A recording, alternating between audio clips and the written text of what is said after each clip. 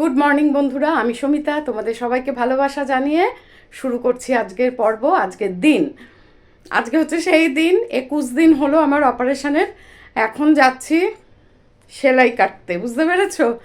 21 দিন বহন করার পরে আজকে সেলাই কাটার দিন। খুব টেনশানে আছি যে ব্যথা তো লাগবেই। যাই হোক, অনেক ব্যথাই তো সহ্য করলাম। চলো, দেরি করবো না, দেরি হয়ে গেছে। 11টার সময় অ্যাপয়েন্টমেন্ট করা আছে। তা যাই এখন রওনা দেওয়ার আগে হঠাৎ করে মনে হলো যে না, তোমাদের সাথে একটুখানি শেয়ার করি আজকের দিনটাও।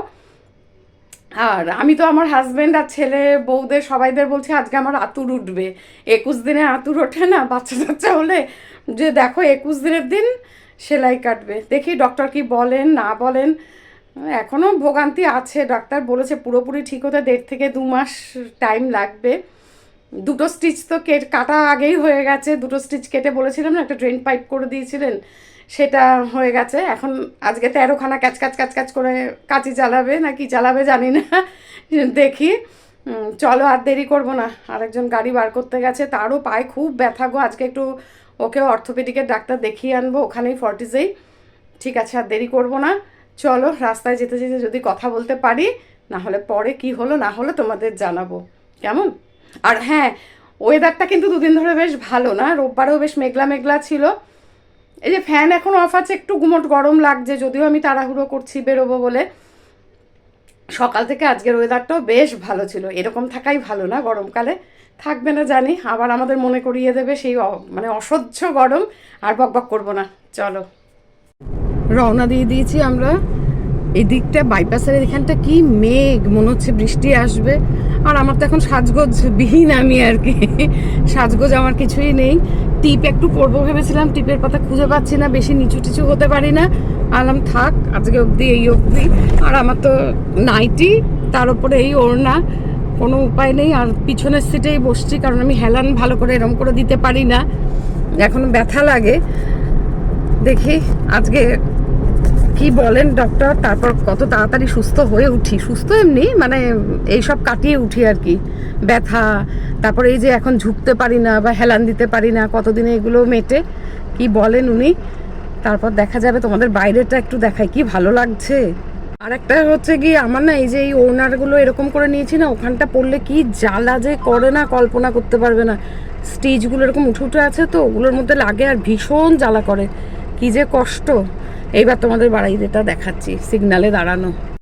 এই দেখো, বেশ মেঘ মেঘ, আবার একটু একটু রোদ, কি ভালো লাগছে। এরকম ওয়েদারে না মনে হয় একটু বেশ ঘুরতে টুরতে যাই। এখন তো উপায় নেই। আমাদের পাটুলিটা এত সুন্দর সাজানো, এই ফুলগুলো যে কি সুন্দর হয়ে আছে, গোলাপি গোলাপি রং, সারা বাইপাসেই দেখছি। এই দেখো বোগেনভেলিয়া, তার সাথে আবার এই গোলাপি গোলাপি রঙের কি ফুল এগুলো। দেখো পরপর সারিবদ্ধভাবে রাখা একেবারে, কি সুন্দর না গো। অবশ্য তুমি গাড়ি চালাচ্ছ।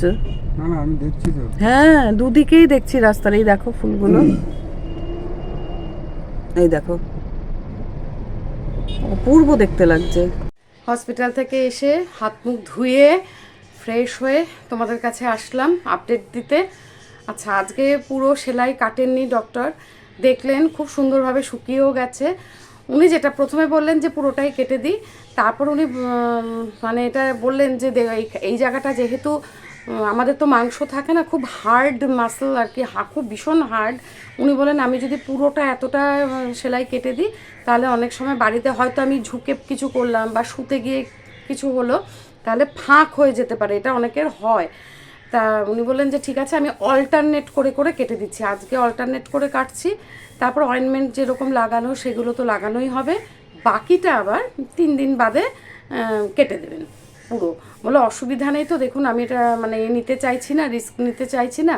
তা আমরা আপনি যেটা ভালো বুঝবেন সেটাই করুন। বিশ্বাস করবে না, উনি তো অল্টারনেট করে করে কেটে দিলেন।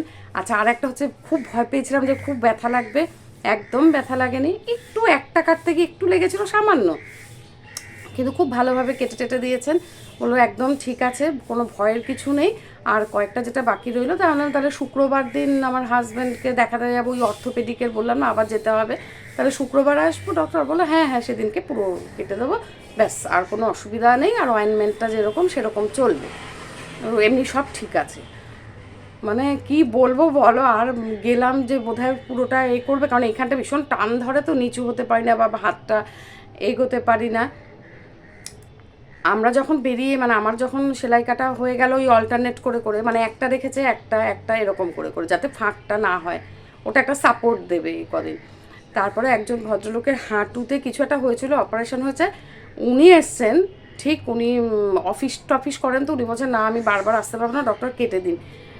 ওনার একটুখানি এতটা ছিল, 5টা না 6টা স্টিচ পড়ছে, পুরো হাঁ হয়ে গেছে।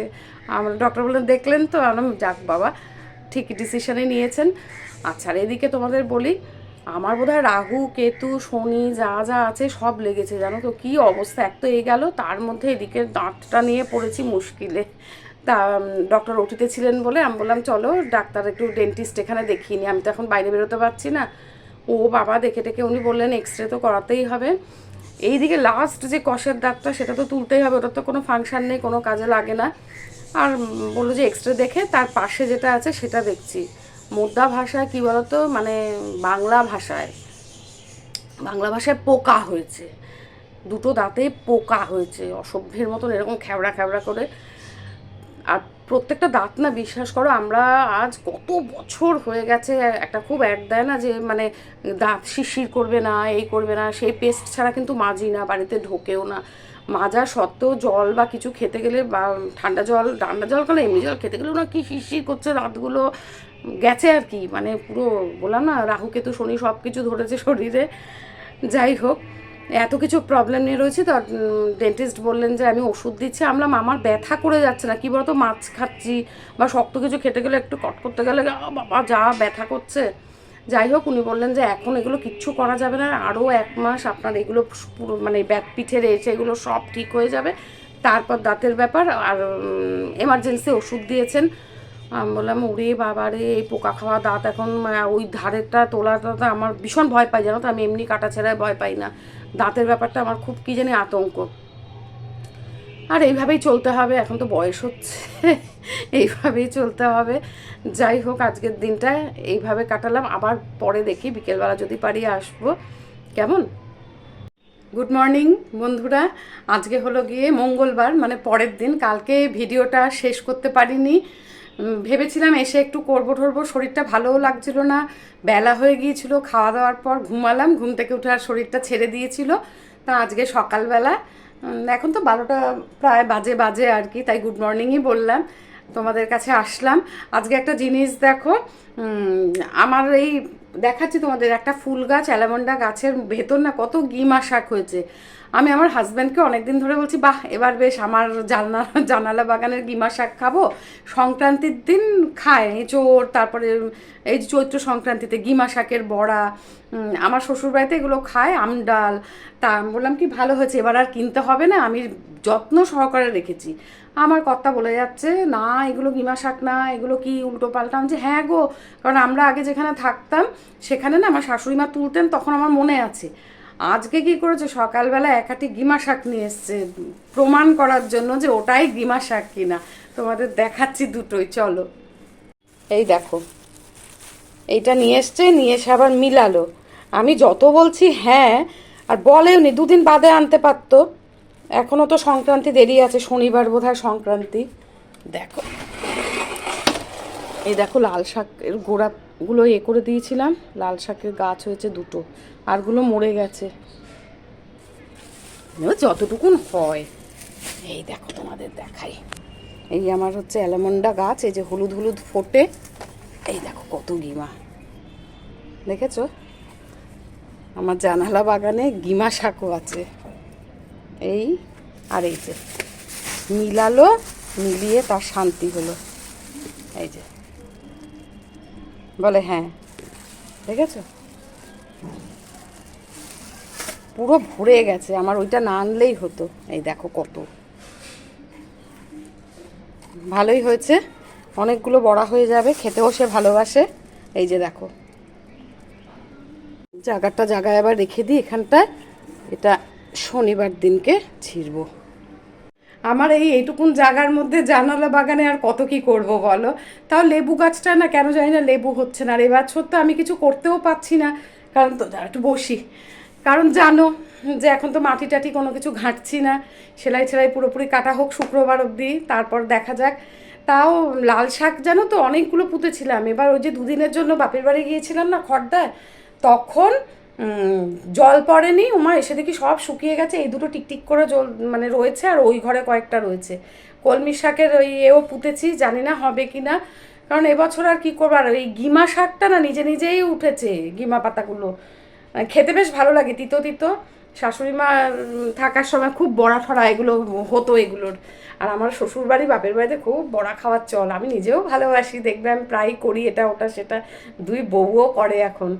শ্রীপর্ণারও খুব আগ্রহ, মাম্মাম এটা এটা কী করে করব, প্রায় দিনই বলে এটা করেছি আজকে ওটা করেছি। আমি বললাম ভালো। আর পুঁই শাকটা তোমাদের দেখাবো, অনেকগুলো পুঁই শাক উঠেছে। রিমোর বাড়িরও পুঁই শাক বেশ ভালোই হয়েছে, একবার কেটে খেয়ে নিল। ওই এটা ছিল শিকড়টা, ওটা থেকে আবার দেখলাম উঠেছে। আর আমারও অনেকগুলো ওই জালনায় হয়েছে, বড় হোক তারপর তোমাদেরকে দেখাবো। আজকে যাই একটু রান্নাঘরে দেখি হালকা হালকা কি করতে পারি। চলো আর একটা জিনিস দেখাই। গেলাম ওই ঘরে দেখালাম, আবার এখন সূর্যের আলোতে ভালো করে, মানে সকালবেলা দেখেছে, এখন তো আরও সূর্যদেবের আলো তো একেবারে প্রকট হয়েছে। কি হয়েছে? Same same same. সকালে একবার দেখলো, হলো না, এখন আবার ভালো করে দেখে যাক খাওয়া যাবে তাহলে, তাই তো? হ্যাঁ খাওয়া যাবে। কালকে সন্ধেবেলা একটা জিনিস পেলাম, তাই তোমাদের সাথে শেয়ার করছি। বলো তো এটা কে? এটা হচ্ছে আমার মুখে ভাতে তোলা, আমার ছোটোবেলায় আমার ঠাকুমা আম্মা।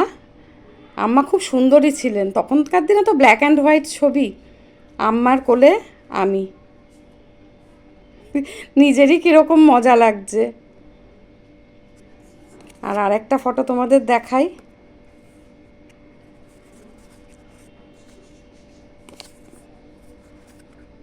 আমার মা, বাবা আর কাকা। এই যে বাবা, বাবা যা সুন্দর দেখতে ছিলেন না, দারুণ। গায়ের রং টকটক করতো একদম সাহেবদের মতন ফর্সা। আর এই যে মা আর কাকা।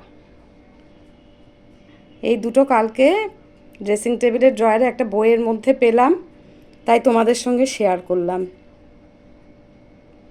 কালকে রাতে এটা খুঁজে পেলাম, ভাবলাম তোমাদের সাথে আমার ছোটোবেলার একটা ফটো শেয়ার করি। আর আরও দেখাবো আস্তে আস্তে। আর মধুমিতা, তুমি আমাকে অনেকবার বলেছো সব অ্যালবাম দেখাতে, সব কিছু শেয়ার করতে, নিশ্চয়ই আমি তোমার কথা রাখবো। আসলে আমার না ওই অ্যালবামগুলো বার করতে একটু কষ্ট হচ্ছে, জানো তো আমি এখন মাটিতে ঝুঁকে পড়ে কিছু করতে পারছি না, মানে নিচু হয়ে। বার করব, করে তোমাদের সাথে অবশ্যই শেয়ার করব, কেমন? আজকে এই পর্যন্ত, সবাই ভালো থেকো, টাটা।